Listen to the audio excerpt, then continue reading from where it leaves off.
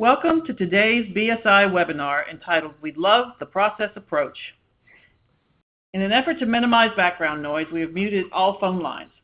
As always, we encourage questions and comments throughout the presentation using the chat box located on the left-hand side of your screen. This applies to any technical assistance you may need, as well as submitting questions which will be answered at the end if time permits. All of today's participants will receive a link to enroll for a recording of today's webinar. Lastly, we ask you to participate in a brief survey following the web conference. We appreciate feedback and suggestions to improve our future webinars. Before I turn it over to our presenter, allow me a few moments of introduction. Today's webinar will be led by Brendan Hill, BSI's Global Aerospace Product Champion. Brendan has been in aviation and engineering for 40 years, including 26 years as a British Army officer and aircraft engineer, serving in many theaters of operation as well as in quality management roles. He has been in business assurance and certification for 10 years, or with BSI, where he has developed BSI's services for aerospace.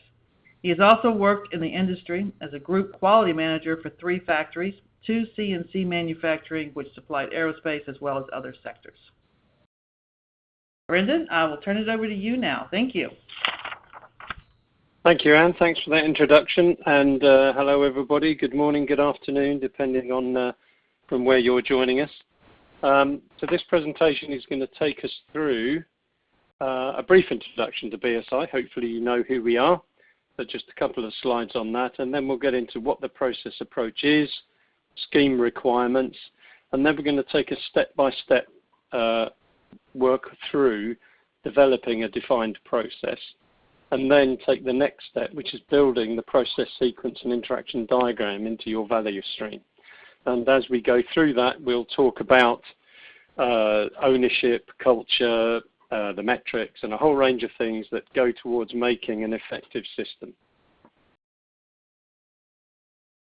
So, first of all, BSI, we've been around for a long time. Been around since 1901. We were the world's first national standards body, and we are thought leaders. We've shaped a great many of the world's leading standards, and as you can see, we operate in 193 countries, including Antarctica, so we're pretty much everywhere. And we've written thousands of standards, whether they're technical standards, certification standards, and so we've actually shaped and influenced industry in many ways.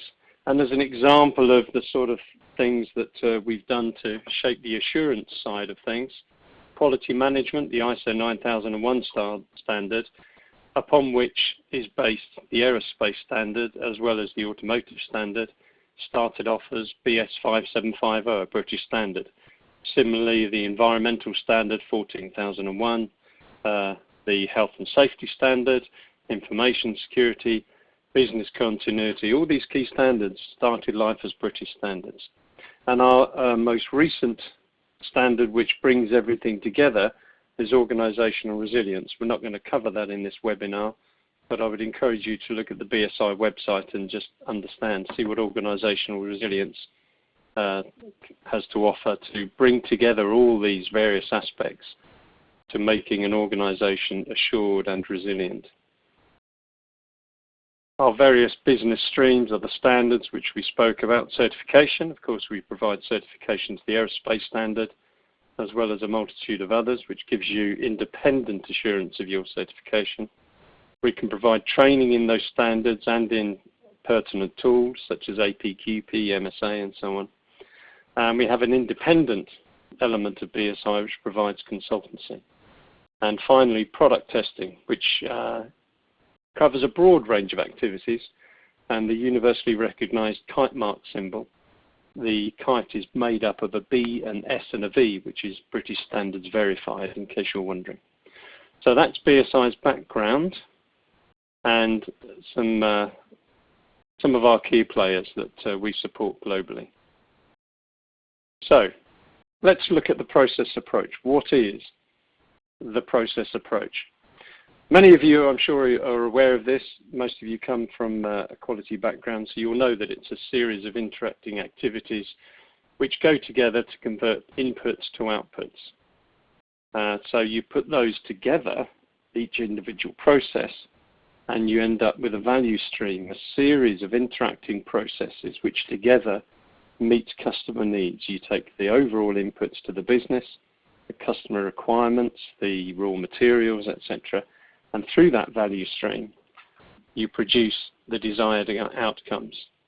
And it's the desired outcomes which are important, with efficiency, with effectiveness, without waste, making sure they're on time. The aerospace standard, which is based on the process approach to quality, is predicated around 100% on-time delivery and 100% product conformity. That is what the industry seeks, and as I'm sure most of you who are from the industry will support.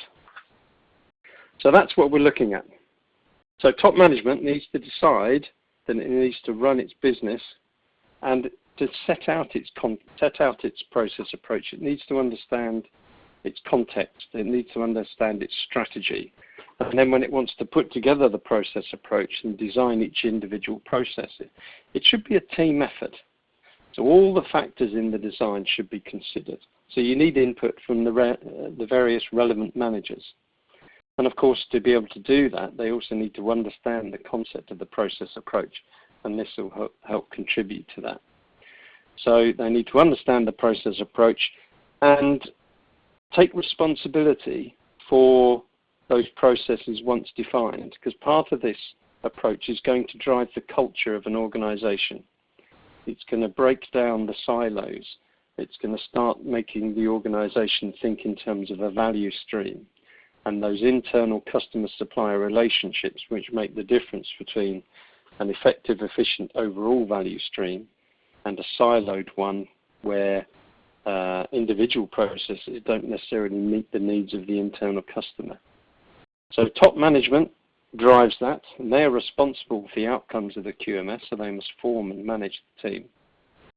And it's worth thinking about ownership, responsibility, and empowerment when you're trying to drive this culture. You need to drive the concept of ownership in each process.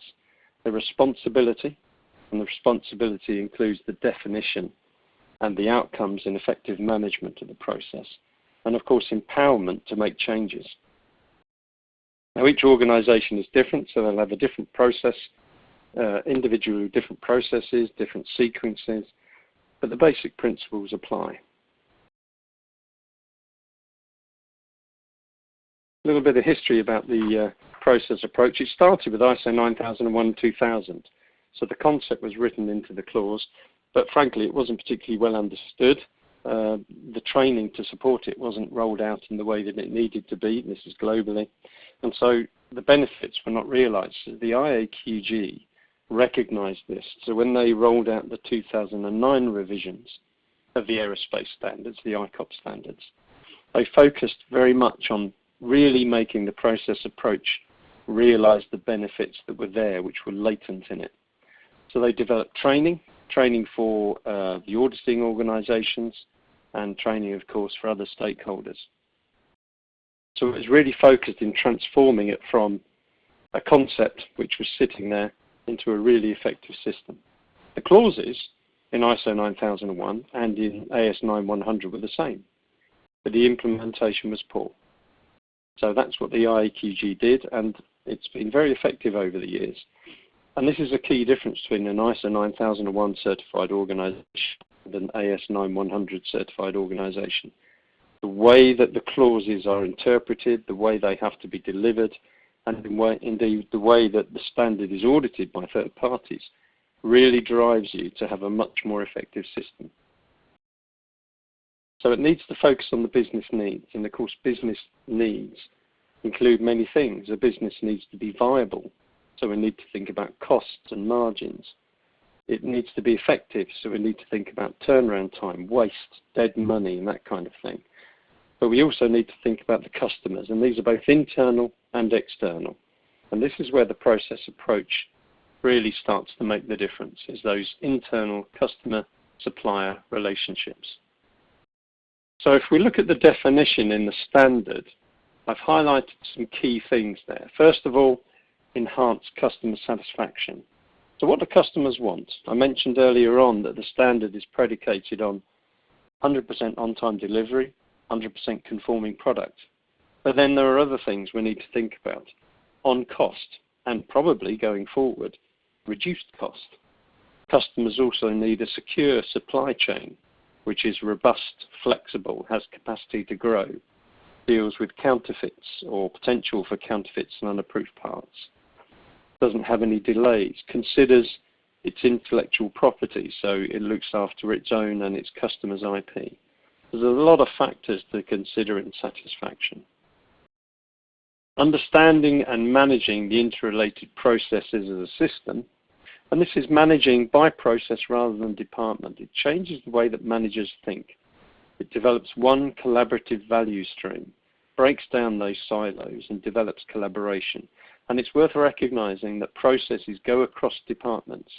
And you'll see that when we start developing processes later. We'll look at how various people from different processes can be involved in more than one process. So it breaks down those interdepartmental barriers, develops collaboration. Dare I say it, prevents interdepartmental arguments as well. You become one team, each mutually supporting the other.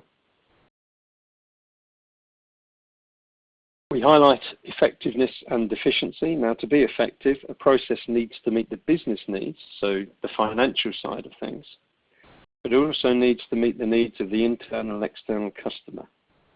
And that isn't just focusing on measuring at the end of their overall value stream, because you may achieve the final output of 100 parts delivered on time, but how much you've done in the meantime, how much rework and waste and scrap and multiple shifts you've done in the meantime may be hidden by using those metrics at the end of the process. So we need to break it down and look at effectiveness at each step.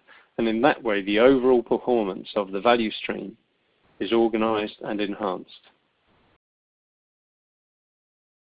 So this systematic definition and management of the processes needs to be documented.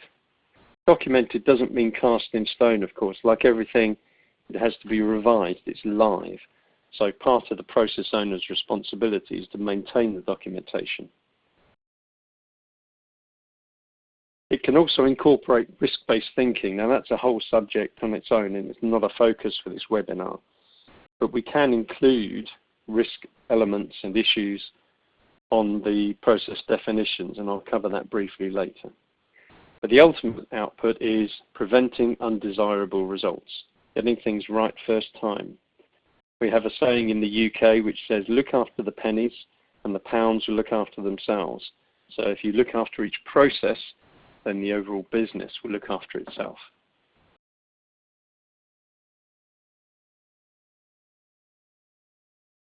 Consistency in meeting requirements.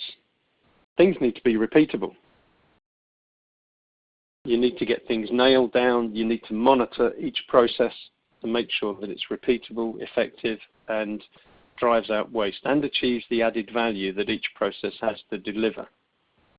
The achievement of the effective process performance depends on the evaluation of data and information. So that's telling us that without metrics and KPIs to measure each process, we cannot determine whether it's effective. You also need to drive continuous improvement. And that's something which historically has been overlooked or to which people have only paid lip service. But you're really missing the benefits or potential benefits of the process approach if you don't include that in your process management. So let's start looking at some diagrams now. So first of all, this is the diagram which you'll find in the standard itself. So it talks about sources of inputs, and note that it includes internal and external. So you may have internal providers, so the preceding process, or external providers, which may be the external customer. So that is the source of inputs, and the inputs could be materials, resources, or requirements. And the inputs are things to which you're going to add value. If it doesn't change, then it's not an input. So the materials coming in, the raw materials, they're going to the activities, and they come out as a formed product. Resources go into the activities, and they are added to the product. So you might be fitting nuts, bolts, rivets, wires, whatever it might be. So they have been transformed. And finally, requirements. A requirement going in is an unfulfilled requirement. So this could be a specification, for example. So when it comes out of the process, it is then a fulfilled requirement. So the inputs and outputs are the things to which you have added value. And it's an area which sometimes people get confused about what is an input and what is a resource.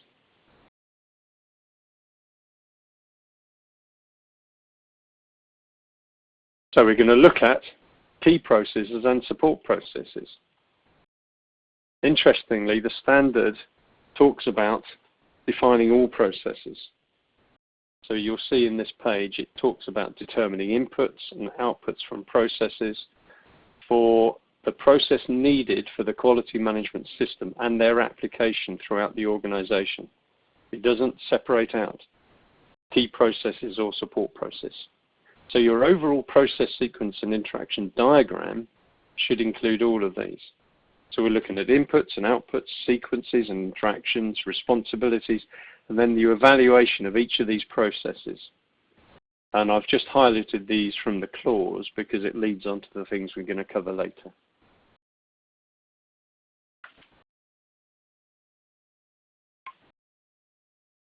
So, in the old standard, the previous version, it didn't say that you had to document it. It was implied, but now it clearly says in this standard that you have to document it. So you have to document your processes and the sequence and interaction and the assignment of responsibilities and authorities for these processes. So that's a key difference. And it's important that you get that right. So sitting together as a team to define each process is a worthwhile activity. If you try to do it individually, or if the process owner tries to do it individually, things are liable to be missed. And you won't necessarily identify all the requirements of all the stakeholders. So I'd recommend doing it as a team. But by doing it as a team, you create an agreed value stream map, which means that anyone coming to the business, whereas an external person, a new person joining the organization, can look at the process sequence and interaction diagram and the processes and really understand how the business functions. So it does have value straight away. And by developing the detail of each of those processes, you start to define the ownership. You start to bring the benefits of the culture change through ownership, understanding of your internal customer needs, developing that collaborative response, and the interfaces between the processes, which of course can be two-way. So don't just think it as one-way traffic. So let's look at key processes briefly then. The key processes are the ones that realize the product realization. And you as an organization decide what they are. So the organization defines these key processes and they define them as, well, what we're going to do is develop one. We're going to work our way through developing a key process. Underpinning everything, of course, is the Plan, Do, Check, Act that you're all familiar with, and there's a revised Plan, Do, Check, Act diagram in the new standard, but the principles are the same. So in any process, keep this in the back of your mind because you're looking at developing the metrics which allow you to check and then act.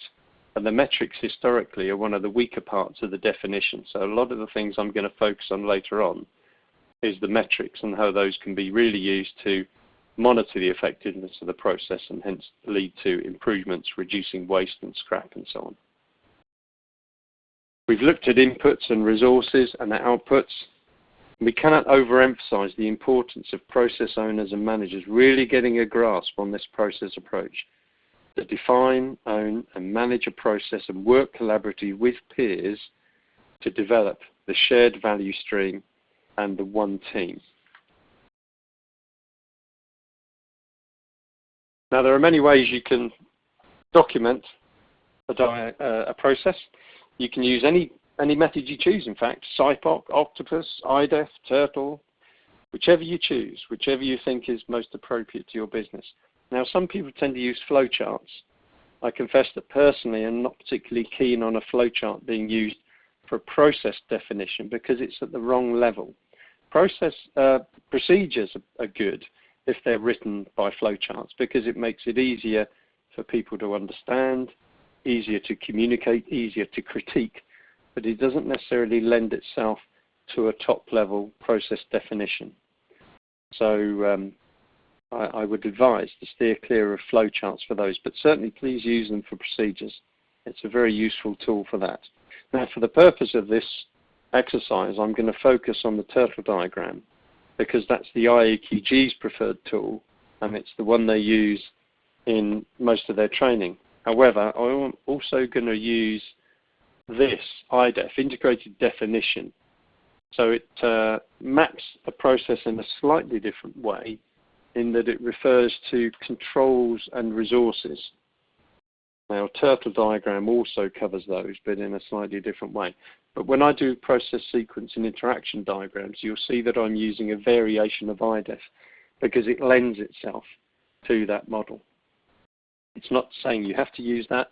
There's a multitude of tools you can use, but I particularly find it useful. Indeed, the introduction, I mentioned in the introduction that I was in the British Army for a year or 5, and I mapped the entire technical support quality management system using IDEF. So it's a particularly useful tool and is good for large and small organizations. So we can look at the turtle diagram. What does it need to include? Obviously it needs to include the value-adding activities. It needs to include the inputs, the things to which value is added, the outputs, the results of those activities, and also look at the resources, who, the people, the competencies, and what tools and systems you need to use, and the how.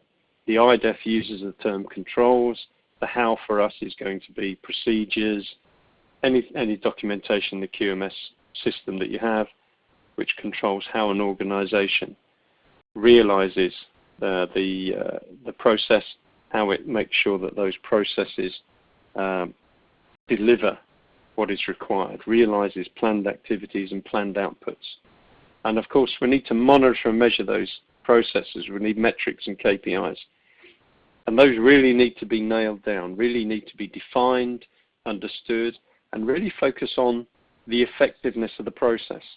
Quite often we come across metrics which can always be achieved. It's easy to write a process and write a metric which you know is always going to be 95% or more.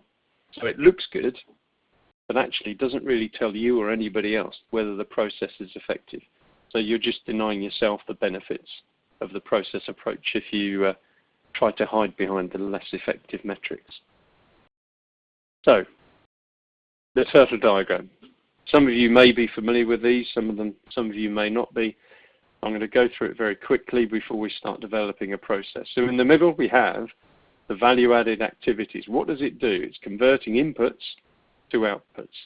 So we look at the inputs on the left, what they are, where they come from, we add value to them, and then we look at the outputs, what they are, and to whom they go. And those might be to the external customer, they might be to the internal customer, or there may be a combination. They may be a feedback loop going to preceding processes, as well as to the following processes. In the top left we have the who. Now the critical thing in there is the first name that should be in there, or the first role, is the process owner. Who owns that process? Because the process owner should define the process as a team, but he would also define the competencies, the roles, the resources he needs for that process. And remember, of course, those people may not just be in that one department. They will probably come from other departments. Indeed, we're going to develop a sales process, and you'll see that that will involve pretty much every department. So this is an example of processes going across departments and breaking down that silo approach, getting everybody to work collaboratively. So the process owner, the people, the competencies, the roles, every aspect of the HR side of the process. And on the right-hand side, the tools and resources, top right. What does he need to do? And of course, that's going to vary depending on what the activity is. It may just be laptops and cars, or it might be CNC machines. It could be anything that you need depending on what the process is. But you need to define those those resources.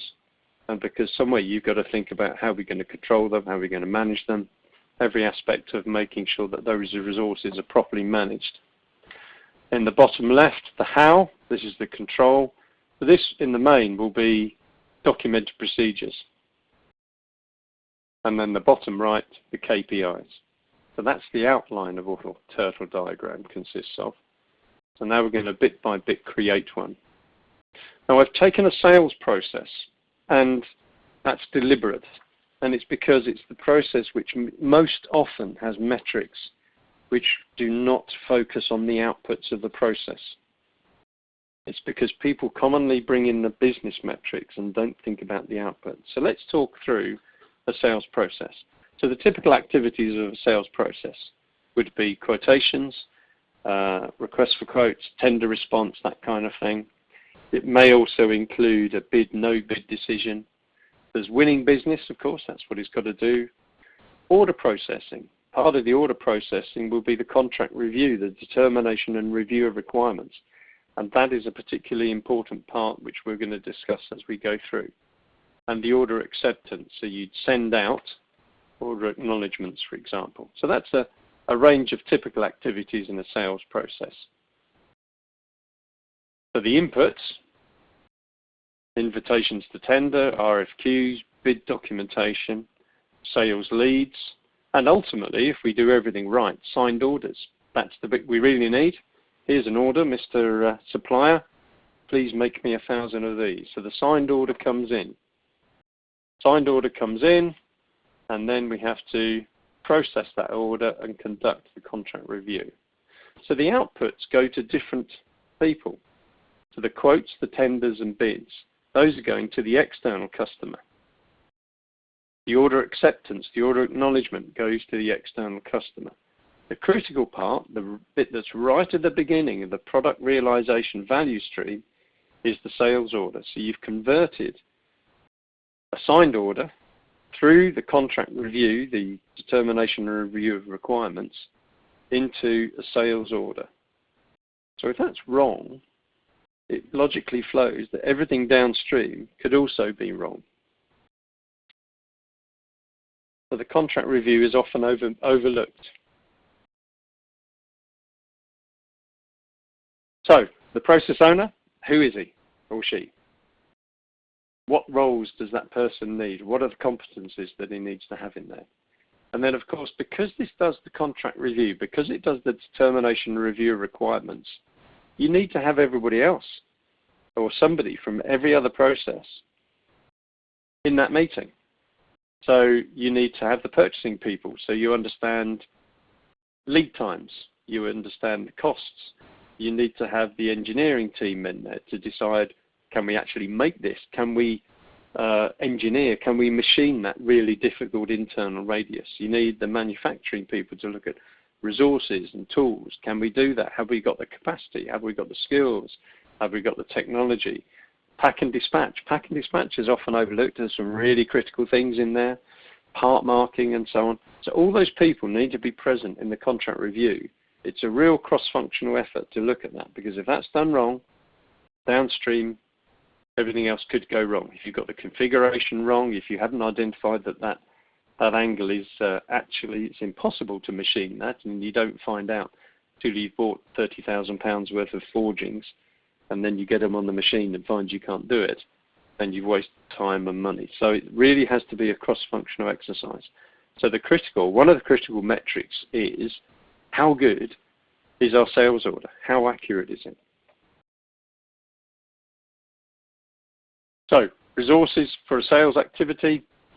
I've picked some examples, an ERP package, vehicles, phones, IT. It will vary, of course, by process, so we won't dwell too much on that. The how, so the procedures, the forms, anything which is going to influence how we do this job needs to be defined in there. Of course, the process owner needs to capture all that and make sure it's all included. So there might be aerospace standards, 9102, for example.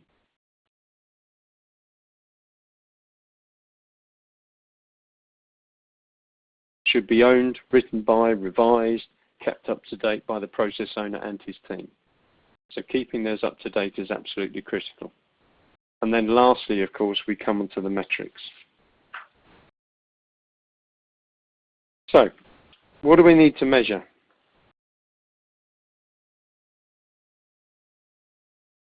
To be meaningful, the metrics need to really indicate the effectiveness or not of the process. So it's going to be a mix of things. What needs to be monitored, what needs to be measured. The process owner needs to know that the outputs of the process are conforming and that they meet the needs of the internal and external customer and that they are delivered on time. So, the first metrics you need to think about for any process nominally is the on-time delivery and the conformity of the outputs of the process, not the final delivered on-time delivery and conformity going to the external customer, because that's right at the end of the value stream. If you measure things right at the end of the value stream, frankly, it's too late. So, what do we need to look at? Start with understanding the objectives of a process. If you're going to sit and define the metrics for a process, sit and reflect about what does it do.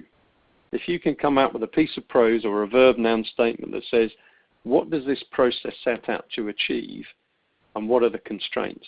Quite often, just putting together that sentence or that phrase, the metrics will naturally fall out of it. So, for a sales process, you need to win the business with suitable margins. So you've got financial indications there, financial metrics. We need accurate quotes. So that's a conformity element. And they need to be delivered promptly. If you've got a quick turnaround for quotes, your responsiveness to an RFQ or an ITD, that can be a business winning element. So that the timeliness of that can be a critical element. So already we've got financial, we've got conformity, and we've got timeliness. Then you have to convert business won purchase orders into sales orders. And we need to ensure that we can meet the customer's requirements in all regards. So you need effective contract review. You need to make sure you fully determined the timelines, the configuration, you've got the right competencies and skills to deliver that, you've got the capacity, you've got the machinery. An effective contract review needs to be right because it's the beginning of the value stream. So that's a measure of conformity. So how are we going to measure the conformity of that output of this process? And then, of course, we need to deliver that on time, because once you've accepted an order, the clock is ticking. So you've got a delivery timeline to meet. So you can't take too much time to do this. You've got to get this review done. It's got to be prompt. It's got to be effective, and get it out to the next process. So financial, conformity, and timeliness. So in every process that you are defining, I would invite you to start with that sentence, the prose. What are we trying to do?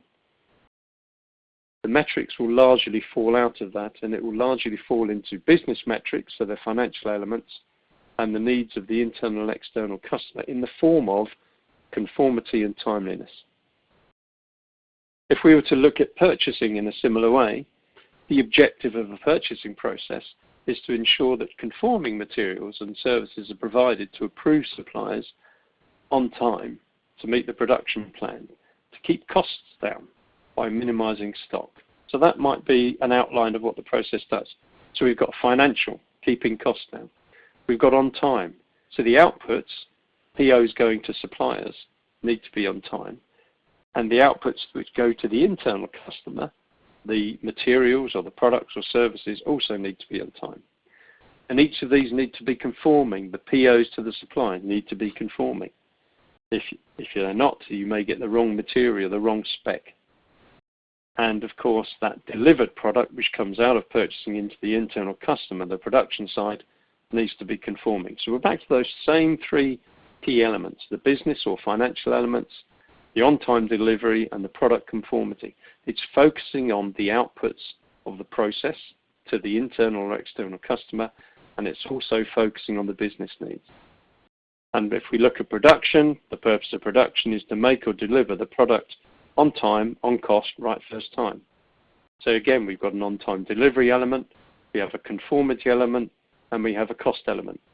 So the things you're likely to manage or measure in that process: on-time delivery to the internal customer, which might be inspection, or it might be going straight to the external customer if this is the last process in the value stream. And costs, keeping down scrap, rework, shifts, resource utilization, and so on. So all those things are the kind of things you would need to measure to really understand whether that process is truly effective or not. So this focusing on the outputs of the process, not the outputs at the end of the value stream. Why can we not use the on-time delivery and conformity as delivered to the customer? Several reasons. First of all, it's a lagging metric. A process, a value stream, a product realization could take months or weeks, or it may even be years. Now, if you have a long process, then those metrics may not give you effective feedback for a considerable period of time. And in the meantime, you're still doing the wrong thing. Your sales process, doing its contract review, is happily sailing on, thinking it's doing the right thing, but actually it's missing critical elements. It's not identifying all the things that are needed for the production and the purchasing to do things correctly. So it's a lagging metric, so that's a risk. We don't like risks, so we can eliminate risks by measuring close to the end of the process. It doesn't monitor and prevent escapes. So if you measure conformity delivered to the customer, you've already sent non-conforming product to the customer. Customer doesn't want that. Remember, the scheme is predicated on 100% on-time delivery, 100% conformity. They don't like escapes. Depending on what the customer does with that product, they may rely on the integrity of your delivery and do minimal or no goods in inspection. So your non-conforming products may be embodied in a higher assembly. And of course the costs start ramping up, both for your customer and their customer. And when those come back, then of course those costs come to you. So measuring that on-time delivery and conformity at the customer is frankly too late. It doesn't prevent your system, or doesn't make your system assure conformity of delivered product. And ultimately, it doesn't show that the process is effective. It can hide costs and errors and waste. So an organization might meet all the on-time delivery and conformity needs of an external customer, but it's not a viable business. And any business which isn't viable financially, then is not a resilient business. And if it's not resilient, then that's a risk to the entire supply chain.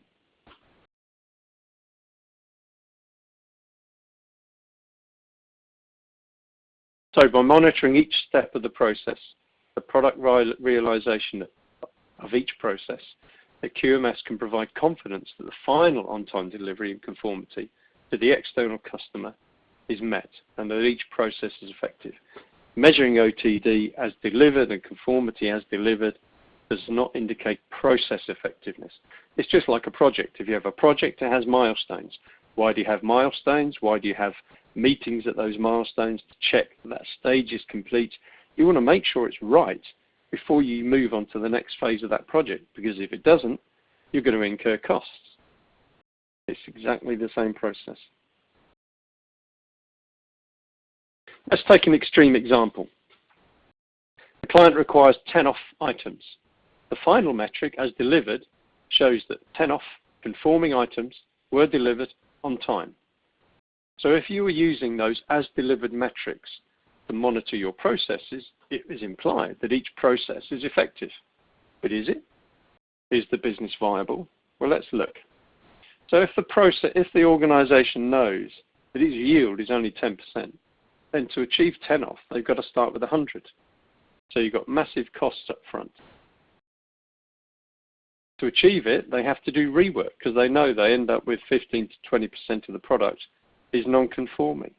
Their poor yield generates scrap, so that's cost.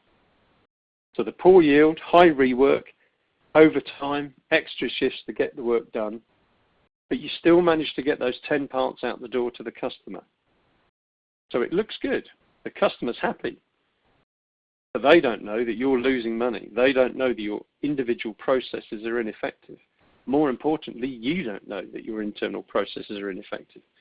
You look at your balance sheet at the end of the year or end of the month or end of the quarter and you think, well, we're delivering on time, the customer's happy, we're not getting any non-conforming product back, why are we losing money? Why are we broke? Why are we not financially viable? It's because your processes aren't effective. And that business is not going to survive. No business could survive with that kind of yield.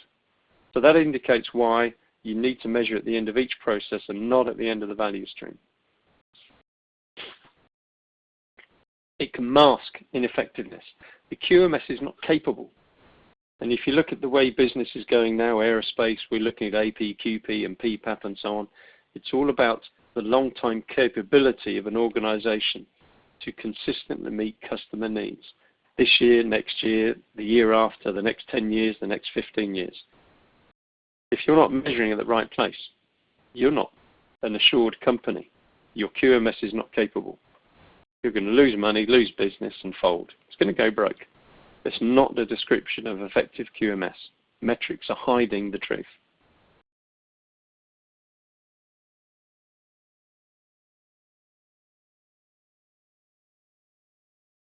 So the yields are poor, potentially, because contract review didn't confirm perhaps the configuration. So they may have made out-of-date parts, may have made parts to issue 2 instead of issue 7, because the contract review was not effective. It didn't identify an almost impossible to machine internal radius. Identify that you need a 5-axis machine instead of the old machines that we have on the shop floor. So you're starting to incur costs. Contract review didn't identify the key characteristics. They might be missed in production measuring. Final inspection identifies them. When it does the fair, then you have to go back and rework things. All of these things are generating cost, time, and waste. And it all comes back to the sales process not being effective, not monitoring the effectiveness of its contract review. And that's the one thing that I see least often on audits of sales processes. They look at business one, which is good. They look at margins, which is good. They don't look at, is the main output at the beginning of the value stream any good? And you're putting your whole business at risk by not getting that step at the beginning of the process, the beginning of the value stream correct. So contract review not effective. It's using as delivered metric for OTD and conformity. Sales always looks good. You might even pass a not very good audit. Obviously not a BSI audit. But the critical activity of contract review is not being monitored and measured if you're only measuring the metrics of business one, margin, etc. So is the process effective? No. Will the business survive? Probably not. Is the QMS effective? No. So you're masking things. So all process should demonstrate continuous improvement. So a metric is not just a snapshot in time. So you can't just have a metric which says, well, last month the performance was green. That tells you nothing about the overall process performance. You need to see consistency. So when reviewing metrics, when defining metrics, as a process owner, as a quality manager, or as the top management, or whatever it is, don't just look at a snapshot. You need to look back over time. Is the performance consistent? What is the trend? Is it up? Is it down? You need to look at the overall figure, the big picture side of things. If there's a downward trend, a snapshot may indicate that it's still performing above the threshold, but the downward trend means you need to take action. If you're not looking at the downward trend, you'll miss it until it's too late and you've already gone below your performance threshold. So we need to see consistent effectiveness and improvement. So you need to look at trends over time. So back to our process definition for sales then. Let's look at the example metrics. The value of business one, that may well be a target. The top management may well set a target for them to win X amount of business over a period of time. Margins. Got to look at margin. There's no point making things if you make a loss. So that equally is a valid metric, an important metric. It points to the financial viability of the business, and it's the sort of thing I would hope to see in the sales process. Quote turnaround time. We spoke about turnaround times being effective in winning business, promptness, being first to market. And then sales order accuracy. This is the output which goes to the internal customer. You might have a metric for no more than 2% errors. So you might measure that by non-conformances identified in the value stream where the root cause is seen to be contract review. No more than 1% cost incurred due to contract review, so you might measure it by value. But by some means, you need to monitor the effectiveness of that primary output, the thing which goes into the internal customer. If that's not right, then the whole value stream is at risk.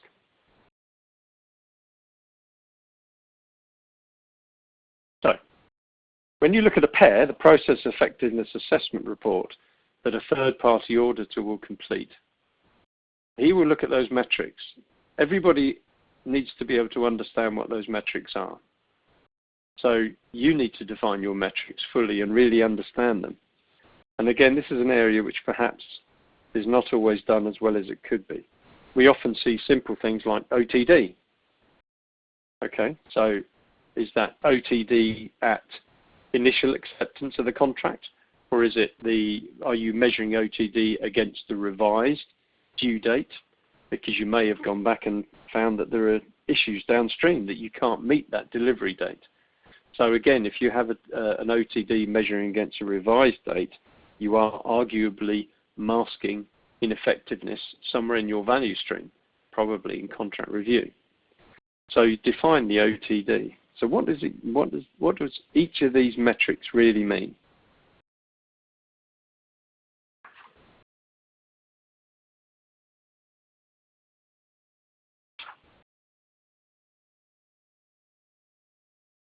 Right, so we've developed a process.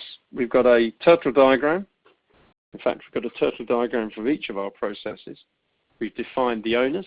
We defined the inputs, the outputs, the activities, the resources, and critically the metrics. So now we need to create the overall business map. So let's start looking at a process sequence and interaction diagram. So the outputs of process A become the inputs to process B. So process A needs to meet the needs of the internal customer, process B. If the output is wrong, that chain is broken. Process B cannot hope to deliver to process C if they don't have the right inputs. So you're building that internal customer-supplier relationship. So you're building the collaborative working within the organization, breaking down the silos.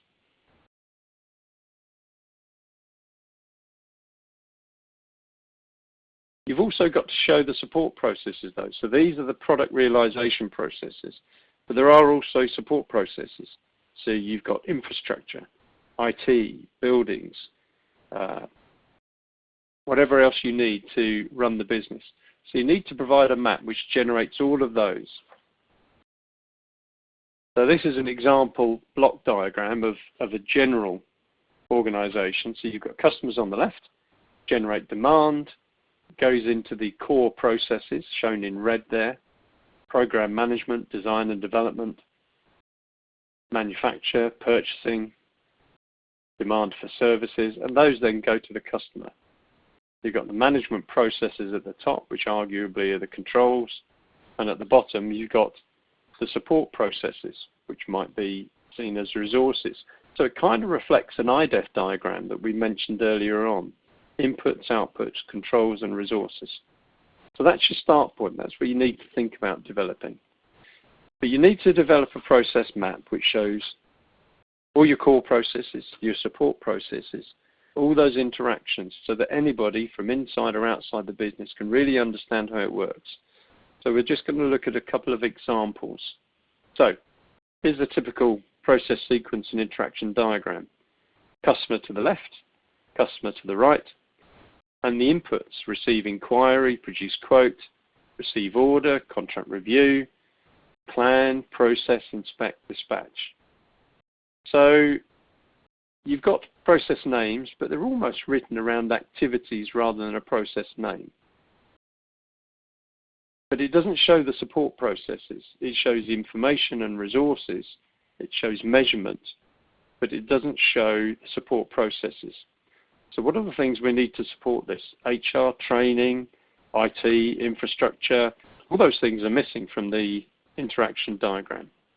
And it doesn't truly show the interactions between the processes. It shows a process flow across the middle. It shows how the resources and the controls impact every process, but there's nothing there covering the support processes.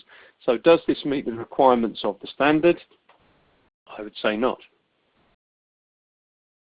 Here's a similar one. This is another typical diagram. Going left to right, you've got the input, you've got the processes. You can clearly see the key processes, and you can also see the support activities, and you can see the controls at the top. So that's perhaps slightly better. It's not necessarily clear what the support processes are, but it does have infrastructure, it does have calibration. But again, the process interaction, the core process is one way. It doesn't show any backflows. Here's another one. It's really hard to define from this what the top level key processes are. They've got a big box, a blue box for all the activities. And you can see where they've based this on a flow chart. So it shows where if you've taken a kind of flow chart approach to mapping your business, it's not really the best tool because it doesn't necessarily show your key processes. And they put too much information into this to define what a key process is. Arguably, you could say they've got 15 or 20 processes. At a top level, you should have anything between 2 to 6 processes, generally speaking. So it's got far too many processes in here, and it indicates that they haven't really understood the process approach at a top level. If you had to report metrics and define each of those processes in the blue box, that's a big overhead to do. So I mentioned earlier on that I particularly like the IDEF diagram, and this is an example of a typical process flow, a typical process sequence and interaction diagram using IDEF. So going top left to bottom right, you've got the key processes. You've got sales, engineering and planning, purchasing, manufacture, inspection, pack and dispatch. Pretty typical processes.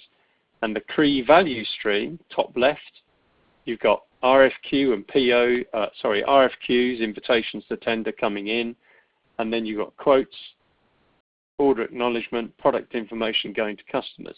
So that's a delivery to the output, the external customer. Then you've got a purchase order coming in, and in the sales activity that's converted to a sales order, which as you can see comes out, goes into engineering. They create the route card, that then goes into purchasing, and in parallel goes into manufacturing. Manufacturing buys the material it needs, so you can see the output from purchasing is material and data, so you might need certification and so on, documentation for those materials. That goes into manufacture. Manufacture makes the product, product goes into inspection, conforming product and reports go into pack and dispatch. So that's the sequence. Pack and dispatch sending the conforming product to the customers. But it also shows the interactions. The key interactions are the main flow, but then you've got the backward interactions. Information such as scheduler data coming out of manufacturing into sales, so they can understand the capacity. Inspections and output from there is non-conforming product going for rework back into manufacture. You've got a requirement for a rework card coming out of inspection, going into engineering, so they write another route card for the rework, which goes back into manufacture. So you can show, this shows in detail the key value stream flow, but also the interactions between each process.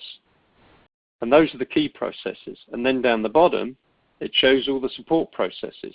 And those, of course, impact on every process. Every process needs a management system, the HR, needs infrastructure, needs IT, needs finance, all those things. So using the IDEF model, this shows a clear interaction between the processes in the main product realization value stream. It shows all the backflows, the interactions between the processes, the real communication between processes which make the business work, and the support.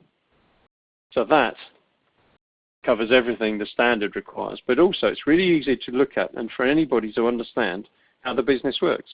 So if you had a new joiner, for example, coming to the business, you'd be able to point them at that, and quite readily they'd understand how the business works where they fit into it, where they're going to interact with other processes. Process owners can clearly see who their internal suppliers are, who their internal customers are, and who their external customers are. Now, there may be variations, of course, on here because you may have purchasing going to external providers. You could increase the diagram to add that side of things. But the IDEF tool actually works quite well for a process sequence and interaction diagram. So there's no set solution for which mapping system you use, which tool you use for your process definitions and for your process sequence and interaction diagram. But you need to do it collaboratively. You need to generate a collaborative and positive culture. By getting everyone together to develop those value streams and the process sequence and interaction diagram, you start developing a culture, a teamwork, and an agreed value stream, and those internal customer-supplier relationships can really realize benefits. If each process owner knows what they need to measure in order to meet the needs of the internal customer, and the internal customer has confidence that his internal provider is consistently going to provide what they need, then there's a lot of pain taken out of the system. You've got confidence in it. And because they're working together and talking together with that collaborative approach, then it means they can work together for improvements. They can work together to plan for growth. They can work together to develop a culture within an organization, and ownership, responsibility, and empowerment. That's my own little thing, but I quite like it. If you take ownership of the process, take responsibility for all aspects of the process, and you have an empowered workforce that understands how they fit into the overall value stream and they understand the importance of what they do, then you've got a business which is ticking and a business that's really farming. So define each process well, do it as a team, identify those interfaces. And when you come to the metrics, really focus on what you need to measure, the important aspects. Don't try and hide, don't try and obfuscate or produce metrics that always look good, that always keep the third-party auditor happy if they're not a good auditor that really critically reviews those metrics. Think about what you need as a process owner. And for top management, think what you need of your process owners in order to make that overall value stream efficient, effective, continually improving, driving down costs, and thereby meeting customer needs at the end of it. Look after each process, and the overall business will look after itself. So there are significant benefits to be had by adopting and implementing the process approach. And it makes you resilient. A resilient business is a long-term business.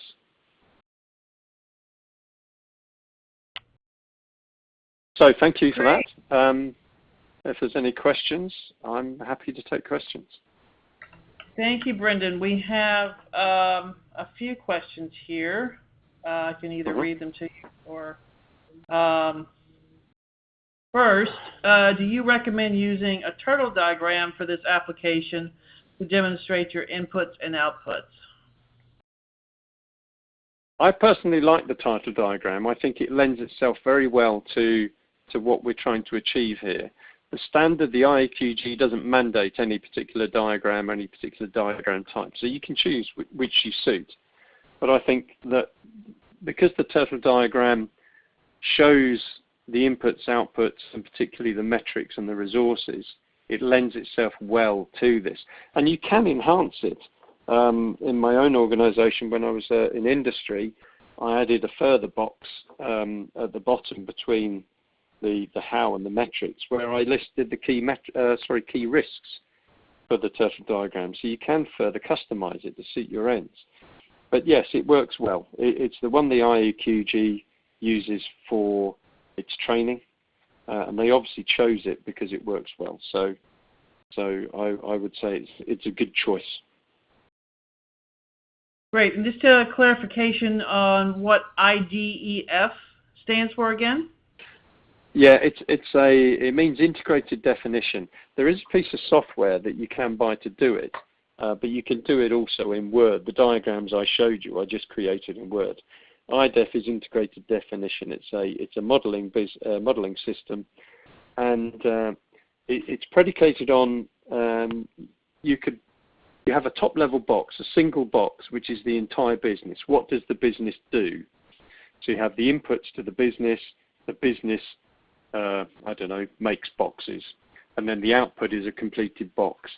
And then you would double-click on that box, and it produces 6 subsequent boxes. So it decomposes into 6, and those would be your top-level processes. And then each of those, you can decompose each of those boxes down, and you can go down as many levels as you like. So you can, in fact, model the entire business using IDEF. And as I mentioned earlier on, I modeled the technical support for the entire British Army using the IDEF modeler. So it's integrated definition. It's a commercial software package, but you can just do it in Word if you've, or Visio perhaps if you've got the Mac. But the principles are fairly simple. Okay. Another one of our folks have stated that they also have an enhanced turtle, if you will, to include hazards and risks, operational controls, yep. support processes, and interface. Yeah, yeah, that's certainly, as I said, that's something I've done in the past, and it's certainly something you can do with a turtle diagram. You can start with the basic model, and then you can add to it, enhance it to make it a more effective tool, and that's certainly a useful thing. The important thing is to make sure that it's kept alive, because risks, for example, change. So how often you review that as part of your review of your context and perhaps your strategy, and as part of your process planning, the frequency of that is quite important to make sure that diagram is kept up to date. But yeah, you can certainly enhance it. That's why I like it as a tool. It's customizable. So it's a good thing to do, to customize it to suit your needs. And then finally, a question, does this type of process have to be included in the company QMS manual? The standard says that you have to document it. How you document it is entirely up to you. Where you document it is entirely up to you. There is a little note in the standard which says this can be included in the quality manual, because the standard doesn't require that you have a quality manual. It simply requires that you have the specified or self-defined documentation. So you can choose to put it in a quality manual, or it could be a standalone document. It's entirely up to you. It's your QMS. Okay, great. Any other questions? I don't see any questions coming up right now, so I will simply say thank you very much, Brendan. This has been very informative. We also want to thank our audience for attending BSI's web conference. You can anticipate our follow-up email within the next 7 to 10 business days, which again will include a link to enroll in today's recording along with the PDF of the slides. Also, please complete the survey to provide feedback and ideas for future webinars. We do appreciate your input. Be sure to join us again. Visit our website at bsiamerica.com/events to view upcoming webinars. Thank you all, and goodbye.